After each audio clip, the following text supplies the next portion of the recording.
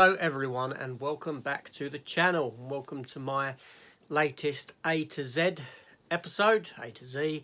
Today I'm going to be looking at the letter U. U for uniform. So let's get into it.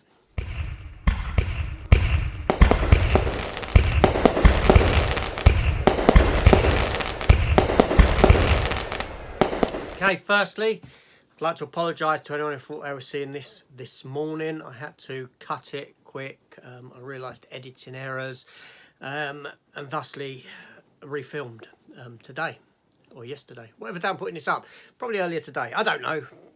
At the moment it's Saturday morning. The Saturday that this should have gone up. But there we go. Luckily it's You, which is quite a small amount of films. So we're just going to get straight into them and... yeah, why not? So, first up, a special edition release, 4K version, steelbook in a collector's case, and that is for the movie The Untouchables. Kevin Costner, Sean Connery, this, Robert De Niro, Al Capone, Elliot Ness, that story. Fantastic film. This truly is a fantastic movie. I love this film. I'd recommend it to anyone. Yeah, solid Brian De Palma movie. And what's the geezer who does the Ennio Morricone, the composer for the music in this film is so good. But then I did like what he'd done for Mission to Mars as well. He'd done a great track on Mission to Mars. So that is The Untouchables. So we'll get that one out of the way. So next up, I don't know what order these are going to come in, but we shall see, is the Milla Jovovich film Ultraviolet. Yeah, I like Milla Jovovich. I do. I really do. However, I don't think this film has, stood the test of time very well at all, and it probably looks pretty damn crap now. The special effects in it. I haven't seen it for a long time. But yeah, back in the day, I used to enjoy it. But I think that if I watched it now, I'd probably think of it a lot less than what I did before. And then we have The Incredible True Story of Unbroken. This is the one, that was, apologies. This is the one that was directed by Angelina Jolie. And it is a remarkable story. It's a great film. Yeah, there was a sequel to it as well, sort of straight-to-video sequel that followed this fella's life a bit later on after the events of this film, but I never saw that one. I never bothered with it. And now, I just dropped them all over the floor, okay. So after picking up that little mess, we have the standard Amaray edition for The Untouchables. Yeah. Obviously I had that prior to getting that one. Now I'm guessing that these are, are they out of order? I don't know. Okay, so here we go. I think they're in order now. Okay, franchise film. Underworld, Kate Beckinsale. If you hear discs rattling, that's because I used to have them on DVD. I still have them on DVD. But what I've done was I got rid of all the cases. Not the art for the cases. I kept them in folders. But I put the discs into the Blu-ray releases, kicking around, just somewhere to keep them out of the way. Makes sense to go in there. So that was Underworld. Then we have Underworld Evolution, Underworld Rise of the Lycans, the Kate Beckinsale Less one, Rona Mitra in that one, a steelbook for Blood Wars. And then we have Awakening. Is that the right way round or is it that way round? I don't know. I can't remember now because I just dropped them on the floor. But I think that one came first. Blood Wars, and then Awakening came after that. Yeah, it's a funny franchise in that they all sort of mould together in the mind. Also, especially with these later ones, too, with the late Resident Evil films, they very much feel like they've came off of a conveyor belt, that these scripts were written that are interchangeable between either of the two series. Obviously it's the Screen Gems, it's Sony. It just feels like with a few tweaks, turn the Lycans and that into zombies, turn her into the Alice character and vice versa, that these are very interchangeable scripts. They felt very much, I don't know, there's a sort of fakeness to them. I don't know a better way of describing it. I don't know, like it's the same people sat around a table and they just wrote these scripts, and then someone blindly went, okay, that one's for, make that one Resident Evil, make that one Underworld, and there we go. So yeah, funny little series. Okay, then we have another World War II film starring Nicolas Cage, and that is USS Indianapolis, Men of Courage. Yes, the story about the sinking of the USS Indianapolis, which, if you don't know, was the ship that transported the Hiroshima bomb, the ones that were dropped on Hiroshima and Nagasaki, transported it to its destination, where it would be picked up by plane. Only it was such a secretive mission that point A and point B, you know, the departure point and the arrival point, there was no communication between them. So they didn't tell this point that the ship had left. When it arrived, there was no communique that it had arrived, because it was all top secret. So no one actually knew where the ship was. It delivered the bomb, as it was meant to do, and then headed back, and then was torpedoed. Everyone was in the water, and a lot of them were consumed by sharks, because no one, you know, because of the secretive nature of the mission, no communiques being sent. The place that the ship departed from didn't even know if it had arrived at that end, and if it had arrived, if it had left at that end. Yeah, no one knew a thing. It was, you know, and you may know the story from Quint giving the speech in Jaws. And it's a fantastic film. However, this is quite a cheap version, one of those cheap sort of, you know, films that you get. And it's a story that I feel needs to be retold again in a big budget movie. It's sort of open to that. Yeah. Anyway, moving on. So then we have Unstoppable with Denzel Washington and Chris Pine. An enjoyable film. I've not seen this for a few years now, quite a few years actually. But I remember it being a lot of fun. An enjoyable movie. A runaway train, you know, and they've got to try and get it to stop. Enjoyable film. Bit ludicrous, but enjoyable nonetheless.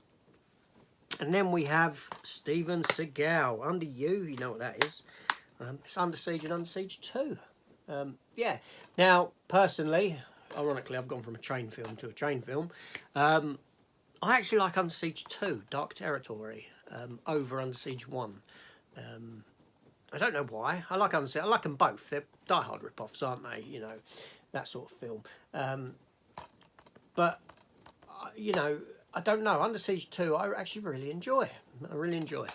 Yeah. There we go.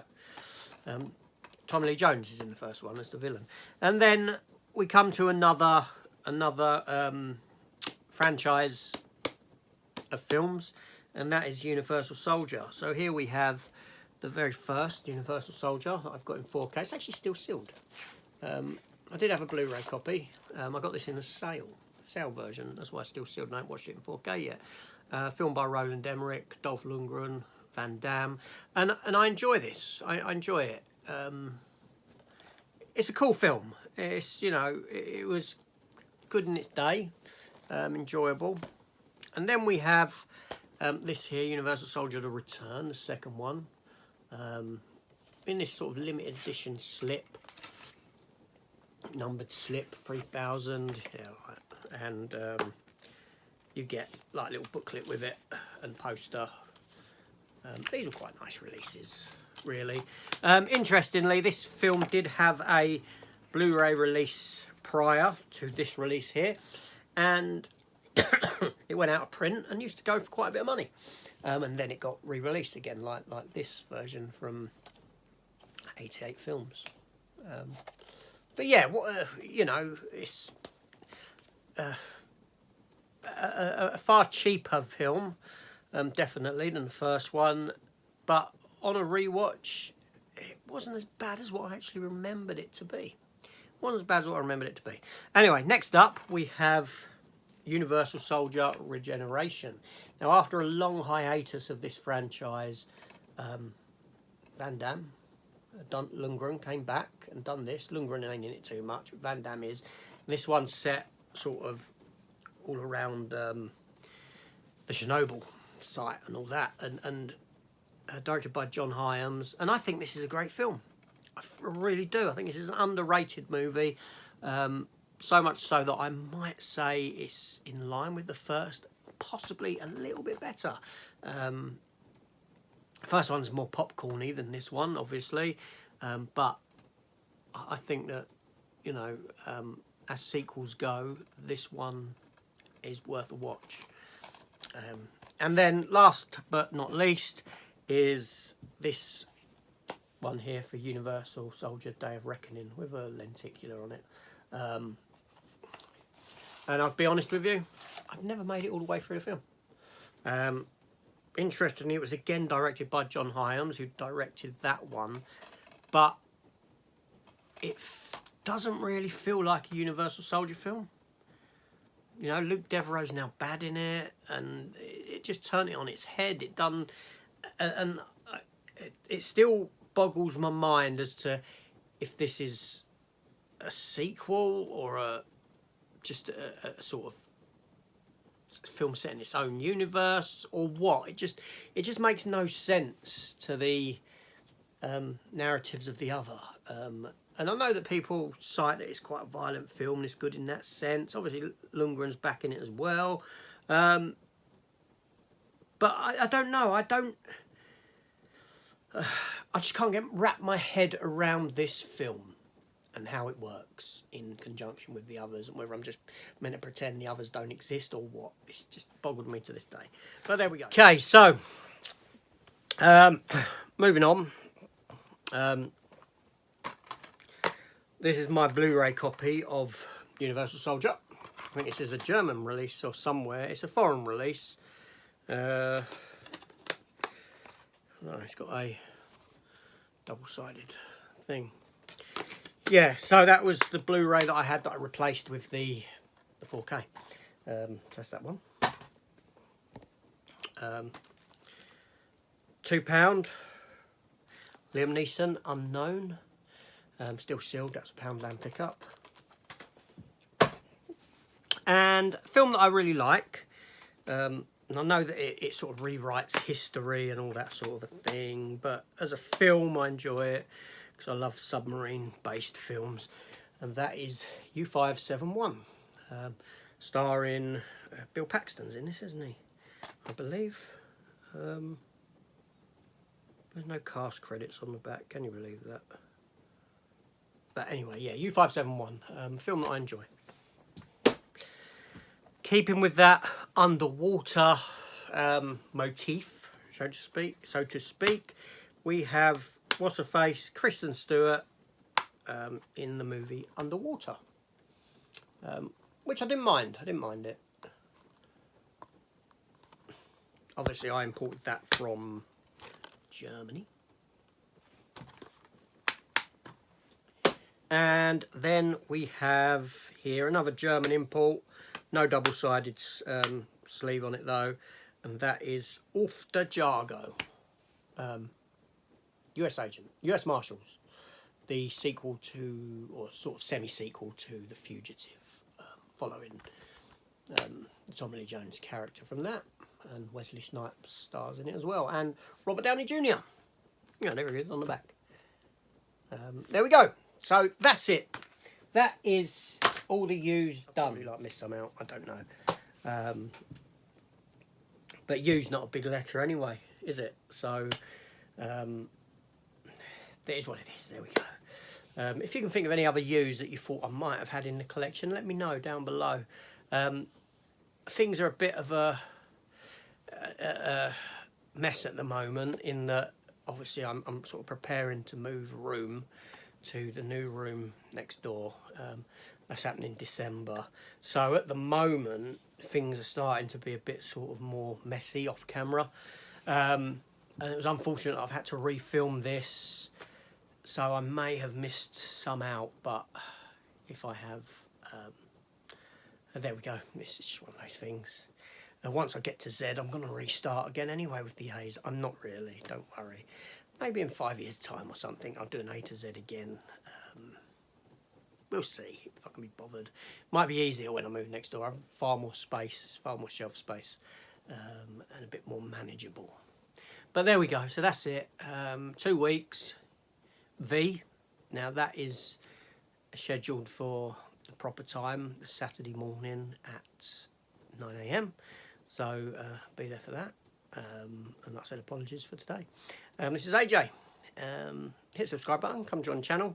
Any comments, welcome. And I shall see you later. Take care all, and goodbye.